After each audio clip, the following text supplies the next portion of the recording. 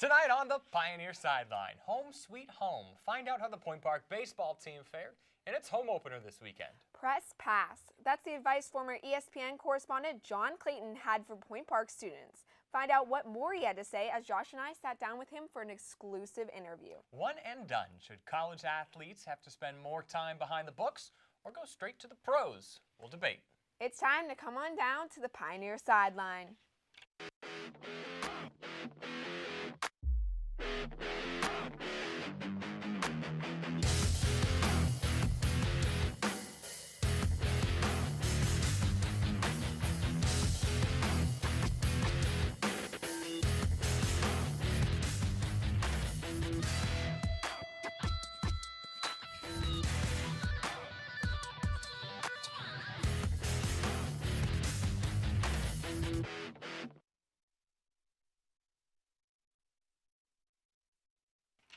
Good evening and welcome to another episode of the Pioneer Sideline. I'm Sarah Maculin. And I'm Josh Krupp. The Point Park baseball team was finally able to play on its home diamond last weekend as it matched up against Cincinnati Christian University. Now coming into this weekend, the baseball team was on an impressive 14-game winning streak, and that streak continued with a sweep of Cincinnati Christian. The streak ended at 18 games on Monday, but Point Park is 9-0 in the conference play and 19-2 overall. To discuss the home opener and what's up next for the baseball team, we bring in Allison Schubert. So Allison, let's start with this home opener. It snowed. Now I was talking to Coach Torres and said, do you ever remember it snowing on a home opener? And he said, no, but I also don't remember being on our home field this early. It was good to be back at Green Tree Park for the home opener, but it was really the first time that they had been there all year. Yeah, they didn't even practice on the field before they got a chance to play on it. The first time they were even on the field in a uniform, was batting practice. So they were there to take care of the field, try and the day before. Yeah, the day before, right, to try and make it nice for them to play on. But the first time they stepped foot on the field to play baseball was batting practice the day of the home opener. Now, that may have had some motivation. They were excited, finally able to get on their home field because they did pretty well this weekend.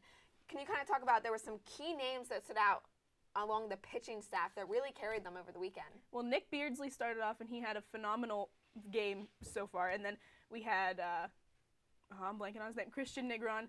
He had a no-hitter through the first 6 innings of, I believe it was game the 4. Yeah, I was going to say the fourth game. And that didn't ended even up a conference I was going to game. say it wasn't even a conference game, so it doesn't contribute to that undefeated conference record they have, but a win is a win. So you got Beardsley at the front of the rotation in Game 1, and then Negron in Game 4 that doesn't count, and then Felix Castillo and Nick Bucci in the middle. This pitching staff has really been dominant, but somebody who stood out on the bats this weekend, Cole Haru.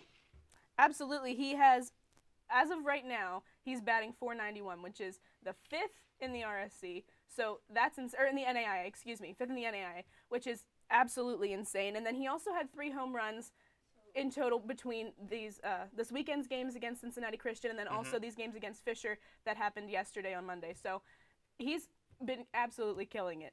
Yeah, it seems like the team right now is clicking on all cylinders. We got the pitching staff, and we have the bats going with Hernandez and Perez as well. So yesterday, they saw their first loss, bringing that 18-game hitting streak to an end. What's next for this men's team to get back on that pace? Well, I mean, I think they're almost already starting to get back on that pace because they did lose that game 5-1, but then they came back and then they won 5-1. So it's not like they were really stuck in a rut for very long. They are supposed to play Asbury this weekend. That's supposed to be Friday and Saturday, but with some weather, there's been talks of moving it to Thursday and Friday, so we're just going to have to see how the weather plays out and when they'll be able to get back on the diamond.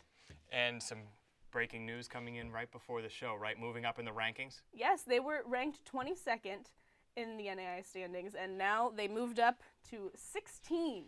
So, 16, I mean, I would say that's pretty good. Definitely a momentum changer for them. I think that's going to help them as well. You don't really pay attention to the rankings of the polls, but whenever you're getting this high, they haven't been here for several years. And Lauren Torres picked up win number 300 over the weekend. He was honored with a nice celebration. It's been a great start to the baseball season so far, especially after that cold, snowy home opener.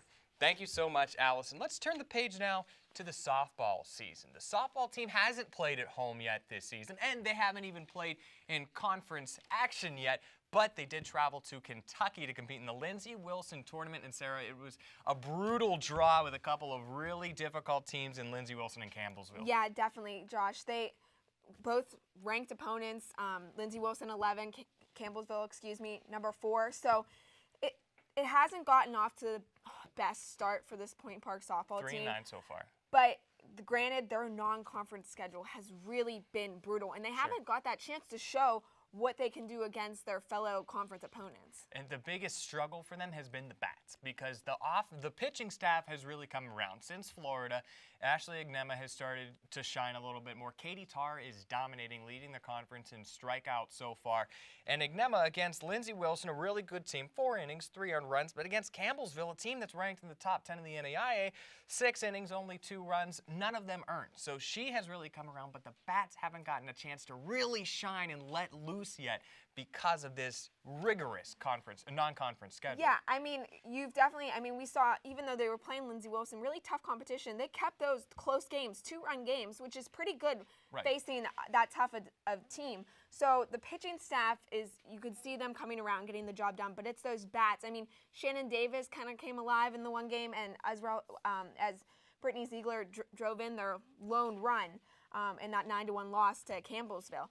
I think we should be a little concerned because they haven't hit that hot streak yet with so many people in the lineup doing well and performing, but they've also faced such tough pitching staffs, which you'd like to see if they get an even opponent, what they can do. And we know what the lineup can do because it is a majority of returning players. Kim Corcoran and Shannon Davis are the only people hitting above 300 right now, but to have them, and at least them, that are carrying this order, I think that's a positive sign of things to come. I'm going to sit down with Kim Corcoran tomorrow and see what is going on with this team, but this 3-9 record could easily be 6-6 or even 7-5 because these games have been toss-ups for the most part against really good teams, which is a good sign. Yeah, they haven't really shown that 3-9 record, like you said, it really doesn't show anything. They haven't got a chance to play at home yet either. They play all these games on the road, and that's tough. I mean, you got to pick up games on the road if you want a good record to show. But once I feel like after this weekend, they get those a couple road ways. Next week they're at Gannon, I believe. Once they get home, I really want to see what they do on their home field. We want to see what they do on their home field. We also want to see what they do in conference play. They'll begin in River State's conference action this weekend at Cincy Christian on Friday and Ohio Christian Saturday. Gannon on the road next weekend. First home game still isn't until Wednesday the 28th. So they still have a while before we can see them in Pittsburgh, but we'll keep an eye on the Point Park softball team as it continues. Now, coming up on the flip side of the break, the playoff picture is starting to form in the National Hockey League. Find out where the Pittsburgh Penguins stand in the mix. And later, find out what former ESPN NFL correspondent John Clayton has to say about his return to the Pittsburgh area and his time at ESPN. Don't go anywhere.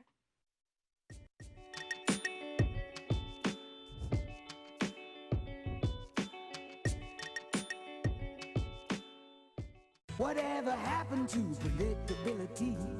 The milkman, the paper boy, the evening TV. You miss your old familiar friends, but waiting just around the bend.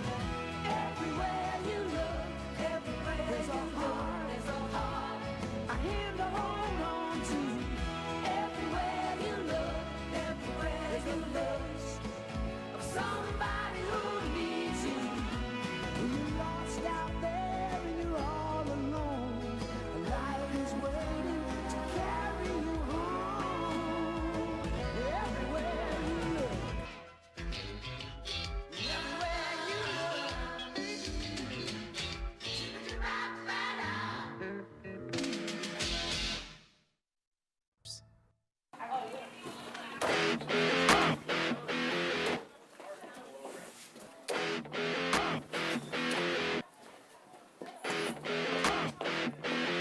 Let's go. Ow.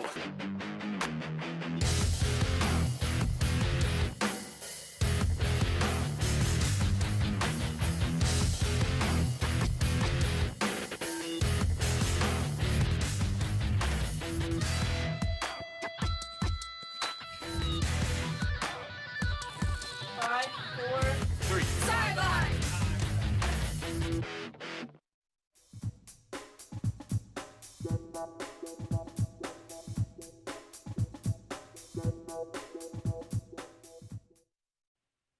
Welcome back.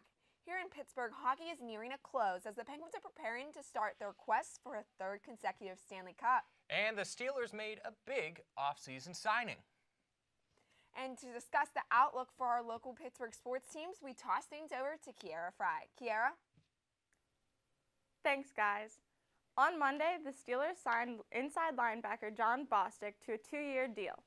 Bostic has played 2 seasons for the Bears, 1 season for the Patriots, and 1 for the Colts. The Steelers are hoping that Bostic can fill a need on their defense since linebacker Ryan Shazier will be unable to play in the upcoming season. Shazier has been very positive since undergoing spine stabilization surgery in December.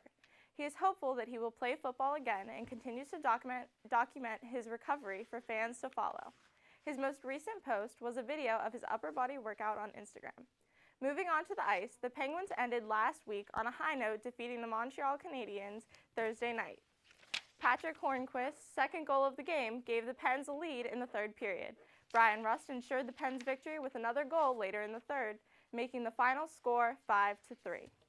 Pittsburgh remains tied with Washington at the top of the Metropolitan Division, although the Capitals hold the tiebreaker with 2 points. The Pens' next game is tonight against the Islanders in New York, and there's a possibility that goaltender Matt Murray will be back on the ice. Murray has been out with a concussion he sustained in practice 3 weeks ago. He returned to practice on Saturday and was able to practice Monday without limitation. Head coach Mike Sullivan said Murray was an option tomorrow night. That's all I have for regional news. Let's send things over to Taylor Spirito, who has all the details on what's going on nationally in the sports world. Taylor?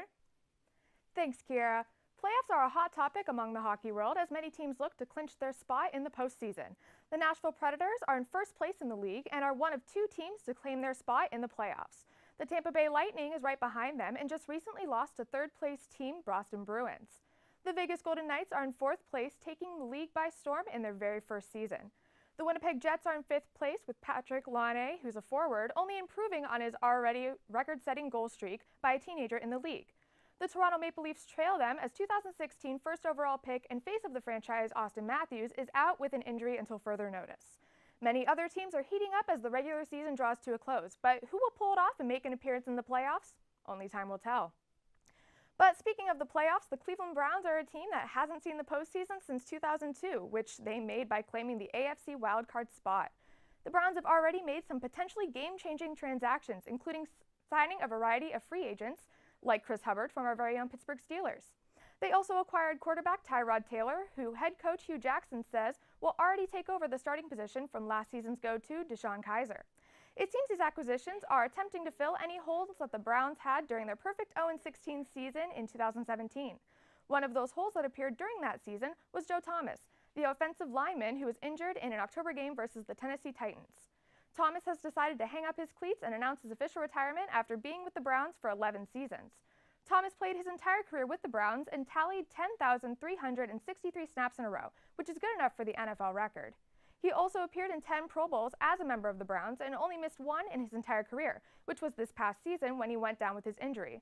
Thomas himself has never played in a playoff game, but with the moves the Browns are making, it's possible they could be doing him proud by finally getting it together for the 2018 season. That's all I have for national news. Back to Josh and Sarah at the desk. Thank you so much, Taylor. Now, last week was our March Madness episode where we usually try, usually unsuccessfully, to predict what will happen in the tournament. And we owe somebody an apology. Take a look. So, folks, do we have any upsets in the top half here of the South bracket? That includes number 1 Virginia. There's a 4-13 Arizona Buffalo. Kentucky's in there. Are there any upsets, or are you guys going all chalk here? I think you got to ask Nikki Whoa, K that question whoa! first. I have UMBC being Virginia. Which is irrelevant. Oh my goodness, listen, we're listen. starting Good off start of the without the show. chalk. Every year No. I try to have one Nick, 16 seed be a number 1 seed because it never When has happened that before. worked for you? Huh? When has that worked for you? I mean, I Never. want it to happen though because it never happened. I want to be the guy who calls Nick, it. it's not going to happen. not It's gonna happen, Virginia. Virginia's arguably one of the strongest teams in this tournament They're this the number year. 1 overall team Yeah. in the tournament. No. I mean, if it happens, you heard it here first. We're not going to move on with that. But thanks for your bold prediction, Nick.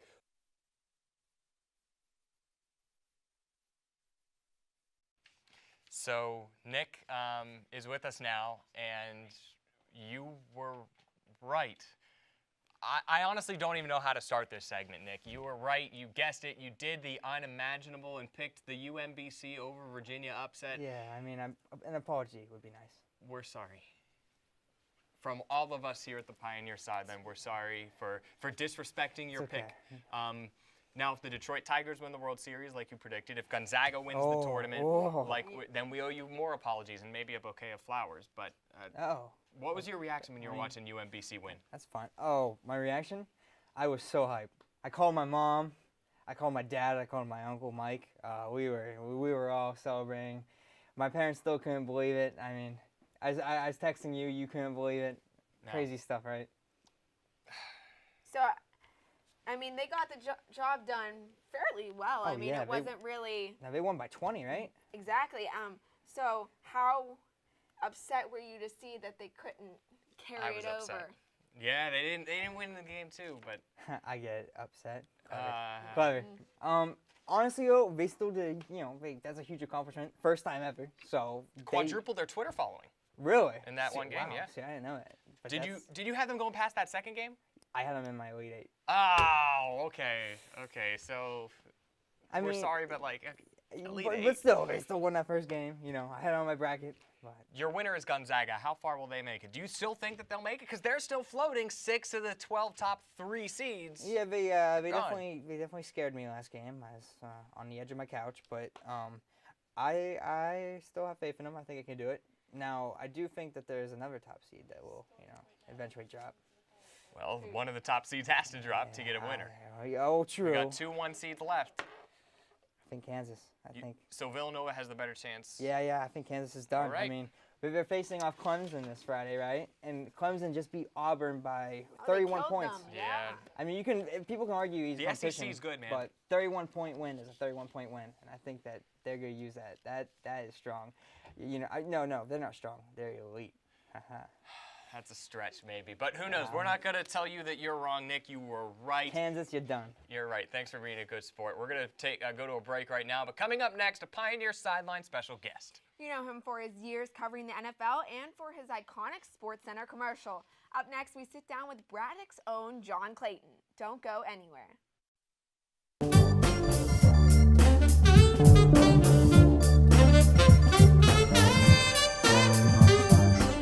The United Student Government at Point Park University, working since the 1970s to solve the issues that matter to you.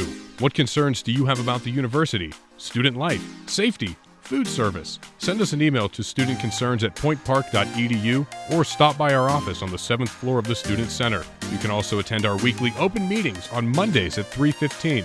Follow us on social media at USG_PPU for more. The United Student Government, by the students, for the students.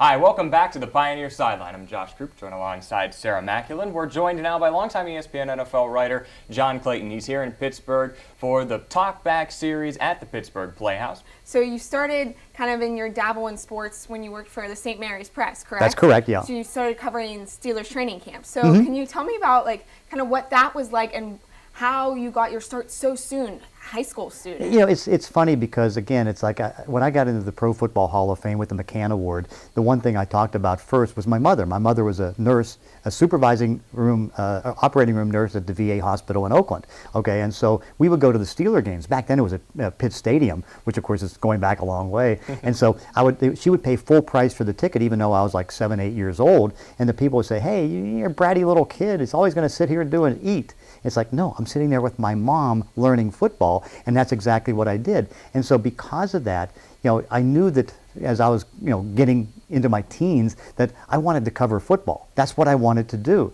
And so, like, for example, I wrote for the junior high paper because, I lived in Braddock. We moved when I was 14, and this was after 7th grade. We moved over to Forest Hill, so I went to Churchill. So then I started doing the PA for the Churchill games, both in basketball and football. I was writing for the paper, the school paper, and then in the summer, right before my senior year, I went to St. Mary's and basically worked there for making no money because I just wanted to learn and get into the journalism business. And so that allowed me to get a press pass to cover the Steelers. And so in the 1972 season, here I was at Churchill High. I'd get got a ride over or drove over to catch the press conferences on Wednesday, get interviews on Thursday, and then go to the games on Sunday. And so I was covering, doing 2 stories a week for the St. Mary's Daily Press. Turning to the millennials ourselves that are looking to get into the sports industry, whether that's radio, television, producing, what advice would you have to them to compete with today's ever-changing media and the society nowadays? Same as I did, get the press pass. That's the first thing that you do, because what you need to do is be around the people who are making decisions on jobs. I mean, it's no different than me getting a press pass, approved by Dan Rooney and Joe Gordon of the Pittsburgh Steelers to, go for the St. Mary's Daily Press, to be in the auxiliary press box, because you don't know who you're going to meet. You don't know if you're going to meet the Dick Overdorf who says, hey, you seem like to be a bright, aggressive kid and all that stuff. Would you want to do the stats for the games? You meet and you don't think, okay, I'm going to go from high school and I'm going to be on ESPN at the age of 19. No.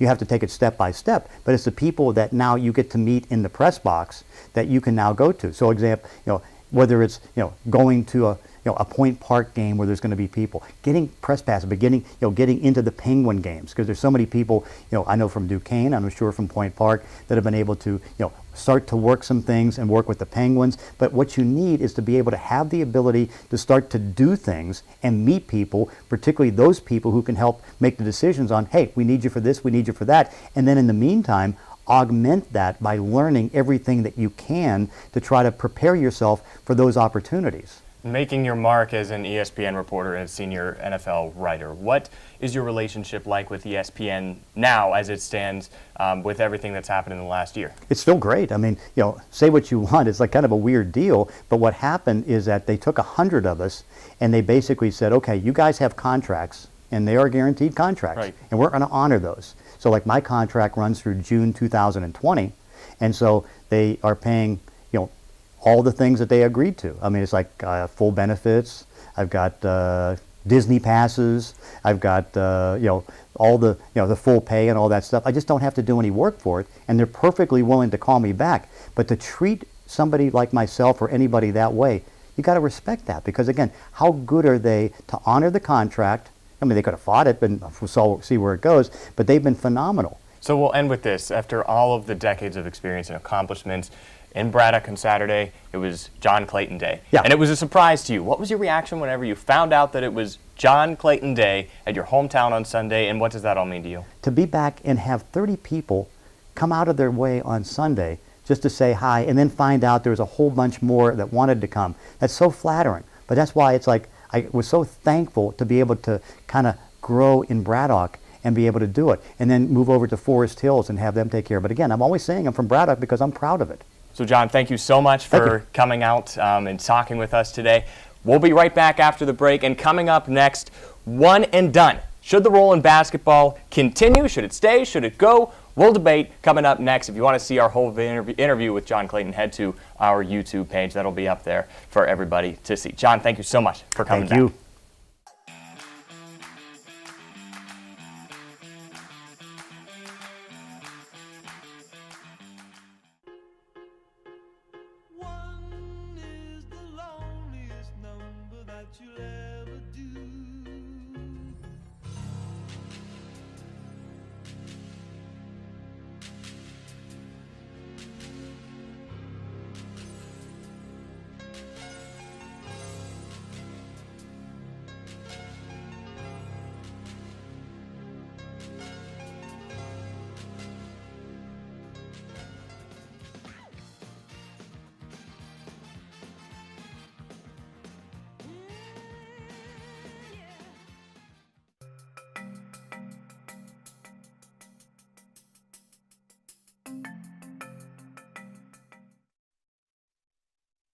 Welcome back. With the NCAA college basketball tournament going on and many teams' seasons coming to an end, we'll soon find out which athletes played their final moments of collegiate basketball. Now, this could possibly include star freshmen like Duke's Marvin Bagley, or veteran four-year seniors such as North Carolina's very old Joel Berry. But four-year seniors are becoming a rarity in some of the best college basketball programs. The question remains, should college basketball players have to compete more than 1 year of college before moving on to the NBA, or should they be able to go straight to the pros from high school? And it's time for everyone's favorite case of the week. Here to debate the one-and-done rule, we have our reporters Allison Schubert and Megan Masiosi. Now, this is an interesting debate right now Yes. because college basketball is under some fire for paying players to come for that 1 year. Because a 1 year of good exposure, a decade of economic benefits from that. So should the one-and-done rule be expanded? Should it stay, or should it completely go and be more like baseball or hockey? I'll let you start. Go ahead. All right, I think it should be more like baseball and hockey. I think if they are really that good, they should be able to come straight from high school. And then I'll leave that where it is right now. Okay. I'm going to go more with college football, where I believe it's 3 years you have to play, or 2 years. One of them. Either way, you have to be there for at least more than 2 years.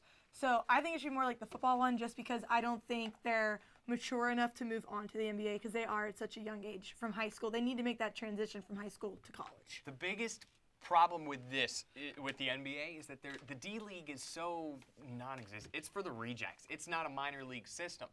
The NCAA is the minor leagues of the NBA, and it is such a moneymaker. That's why the one-and-done rule is there. Follow the money. How much money are these college basketball programs making on these kids? So that's why the rule exists, and we have two very interesting sides of the debate. Yeah, I mean, definitely.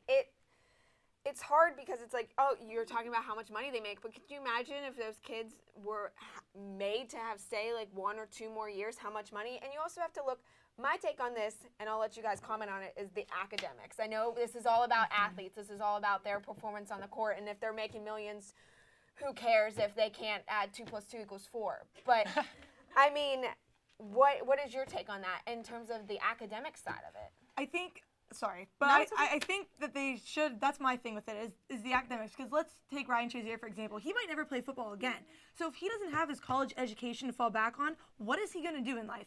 To me, like growing up, because I played sports, and I know all 3 of you did as well, they always said there's more to the sport than just the game. There's teamwork, but your grades get you in life, your academics, your studies, and that's why I think that there shouldn't be a one-and-done rule. They need to stay and at least complete associate's degree. Okay, and while I agree with you, to some extent, I think the whole there's more to life than sports applies at the high school level and the college level, but not at the pros. When you're a professional athlete, that's what you do. And, like, of course, there's family and everything, and that's completely separate. But, like, your academics, when you're a professional athlete, don't matter. Like, and even in a Ryan Shazier situation, he has millions upon millions of dollars. He doesn't have to do anything for the rest of his life. He was fortunate for that because he had a little bit of a career before he did get injured. But what if they come in like RG3 did his first year and blew out his knee? Now, he had a lot of money guaranteed from the Redskins. But what if these kids don't have that? You need academics to fall back on. If what's getting you through life is playing this game, then you need to stop and look at yourself, because you need to take more out of life than just the sport. Now And if you miss that college, and like you said, that you become unfortunate and you get a season injury or a career-ending injury, then you can go back to school and you have those millions of dollars to pay for school, and you can go back to school if that's what you choose to do, or you can become like an analyst or something, which is what a lot of people do as well. Now, before you put your before you answer her, Continue. Megan, sorry, you both brought up injuries is a huge component, but you're looking at injuries as where, oh, what are they going to do if they get an injury and they don't have academics to fall back on? But that's a big reason why a lot of people don't like the one-and-done rule, or want to see it lessened, because what if they are really super good in high school and then they go and play college basketball and they get a career-ending. If LeBron James tears his ACL Right. in college, what does he do next? Exactly. You have superstars like that, but then again, they're once-in-a-generation players. And then you go to the flip side, where they can enter, where there are minor leagues in hockey and baseball. Some of those guys never make it out. They make $500 a month playing minor league baseball on the single-A level, and they may never leave baseball. So they're in a tough situation no matter what way they go, even if they're a professional or if they get a college degree, because they're not making any money to pay for it. So it's a tough. I think the NBA needs to, at the end of the day, develop their D League, the G League, the minor league system, Absolutely. and give that an opportunity to be. I don't think one and done is the right answer. I think maybe 2 and done. With either if you go to college, you got to be there for 2 years, like the NFL. If you want to go develop, then you go develop. There's a lot of different ways to go. I don't think one and done is the right way, though. And we're out of time. I want to have a whole show to talk about this because the NCAA is very corrupt. We all know that. And it's all about the money at the end of the day. We don't get paid to do this, but we do it for you. And that's all the time we have for this week. We'll do it for you again the same time next week at the same Pioneer time. The same Pioneer channel. And the same Pioneer sideline.